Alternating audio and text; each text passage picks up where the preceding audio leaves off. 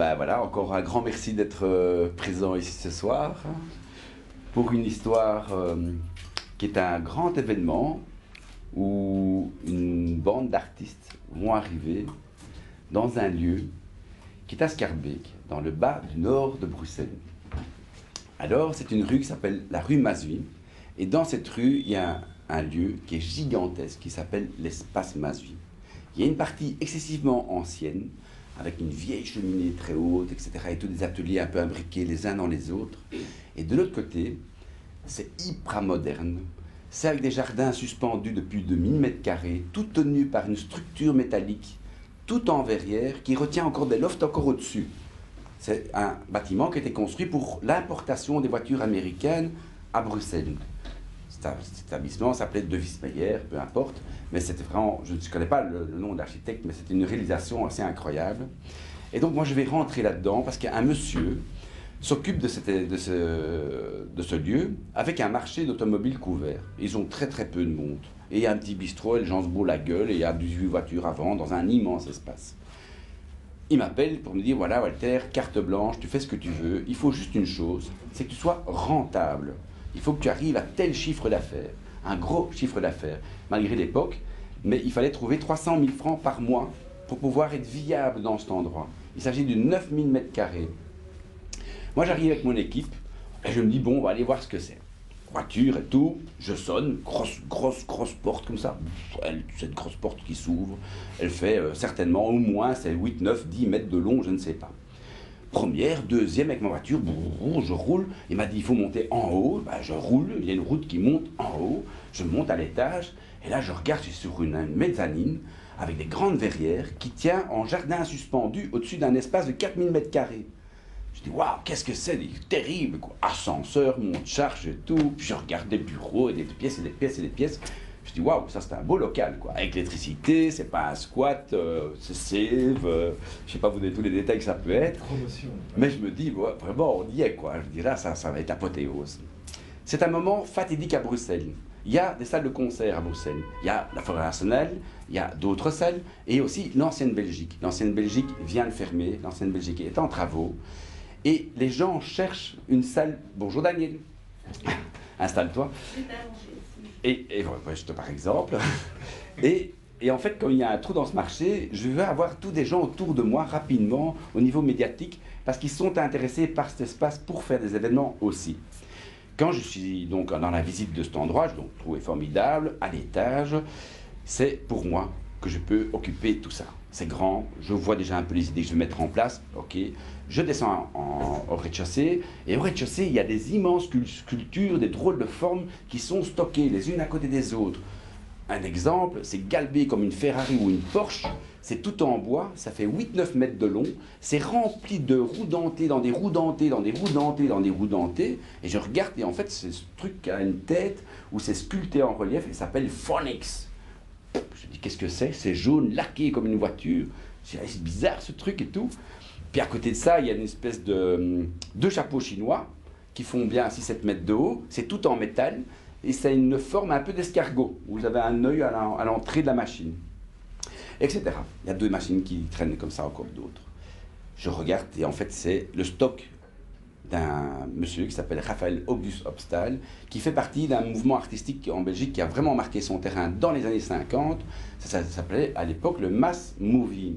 Mass Individual Moving maintenant, à l'époque, a fait des sculptures. Donc c'est l'explosion d'un mouvement artistique qu'un type a vraiment canalisé pour faire du mécano-art.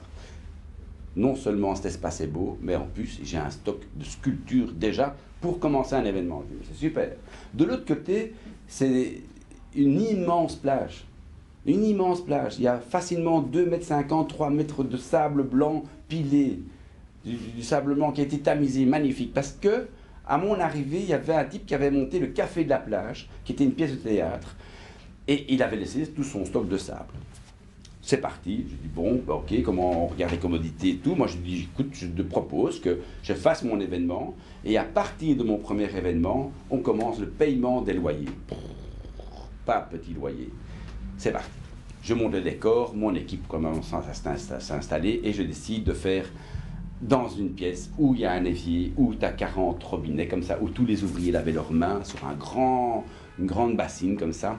Je dis, là, ça va être le bar VIP, bar champagne, bar vin blanc. On va mettre plein de glaçons avec tous les robinets, que des ballons, tout rempli d'eau avec des colorants. Et à l'ouverture, on fait des tout petits trous avec des aiguilles et ça va dégouliner dans tous les glaçons. Ça va être un beau bar.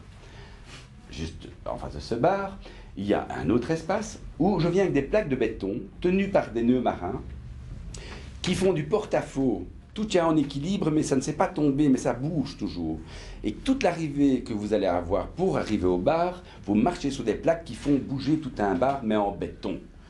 Donc c'est assez impressionnant. Tout le mobilier va avec, il est tout coupé un peu de travers, peint à la Pollock, donc c'est tout des petites pictures de couleurs un peu partout, assez psychédéliques. Et je crée en face de ça, alors beaucoup plus pour mademoiselle, un bar tropical, avec ce fameux sable qui était en bas, où ce n'est que des branchages, toutes des branches qui ont tapissé tout le plafond, qui sont suivies de ces petites lampes qu'on appelle le LED, mais c'est vraiment l'avant-garde du LED, hein, parce que c'est des petites lampes de sapin de Noël en fait, qui longent toutes ces petites branches. On fait tout ce montage avec des balançoires, un feu ouvert, un bar tout en bois avec des plantes, etc. Et dans la grande salle, qui faisait donc 1000 m², qui est le jardin suspendu, là je mets le grand bar tout en palette avec des papiers déchirés, d'affiches culturelles remis, retapissées. Une scène tout au fond, et c'est le premier événement qui va démarrer, et je l'appelle Rock'n'Roller Skate, vu que c'est gigantesque. Et je me dis, quoi de mieux que de faire du patin à roulettes là? Il y a des grandes descentes, il y a des ascenseurs pour remonter, on peut prendre son pied. Le premier événement, je prends un artiste qui me suit très souvent à l'époque, du nom de Didier Odieux, que je mets toujours dans des postures, dans des situations assez incroyables pour pouvoir faire mon vernissage. Parce qu'il est ma critique aussi. S'il doit jouer ici, ce soir, ben, il va faire des morceaux en disant il fait des petits carrons, des petits carreaux, des petits carreaux, du carrelage et du carrelage, il fait des lignes et des lignes, il va faire la satire de mes tableaux. Donc là, je le prends et je le mets tout au milieu de cet espace avec un nid, comme un nid d'oiseau, et l'œuf est le piano, un beau piano, à queue et tout. Didier va nous faire un petit concert en hurlant de tous ses côtés. C'est une belle soirée, les gens patinent à gauche et à droite. Et la soirée se termine, et franchement, l'événement est prometteur. Maintenant, ça va être la grosse machinerie, parce que tout l'espace va être ouvert pour un gros événement. L'espace que je vais ouvrir fait plus ou moins 3 000 à 4 000 m². Il faut au minimum 1000 personnes pour que ce soit un petit peu animé. Je décide alors d'aller à la RTB, chercher de la publicité. Mais pas comme on fait d'habitude, chercher son attaché de presse, etc. On prend une camionnette, on met du sable dedans, on met une batterie dedans, on met des toiles tendues dans ces camionnettes et on demande à la RTB de rentrer. Parce qu'on vient fournir. Oui, oui, bien sûr, on nous lève la barrière et on rentre dans la RTB. À ce moment-là, la batterie se met en route devant la RTB, devant les bureaux. Il y a une batterie, un guitariste qui joue et en avant. Là-dessus, il y a des gens qui sortent, le concierge et tout. Je dis oui, c'est pour avoir une émission, je ne sais plus quoi.